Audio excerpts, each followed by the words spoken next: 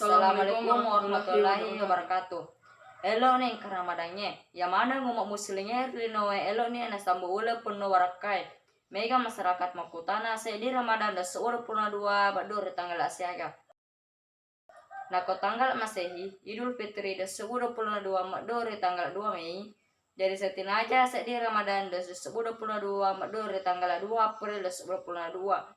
Tapi tujuh nikah petentuna saya di Ramadan 2022 ya papadanna. Pimpinan Pusat Muhammadiyah Purani dapat tentu di Ramadan sesebuah perata 43 Hijriah dari tanggal 2 April 2022. Riasing Ramadan 2022 make umur 30 so. Jadi di Sawal sesebuah perata 43 Hijriah atau Idul Fitri dari tanggal 2 Mei 2022.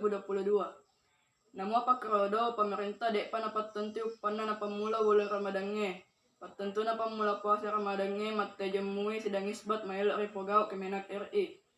Sidang patentu pemula puasa dari pemula di April 2022.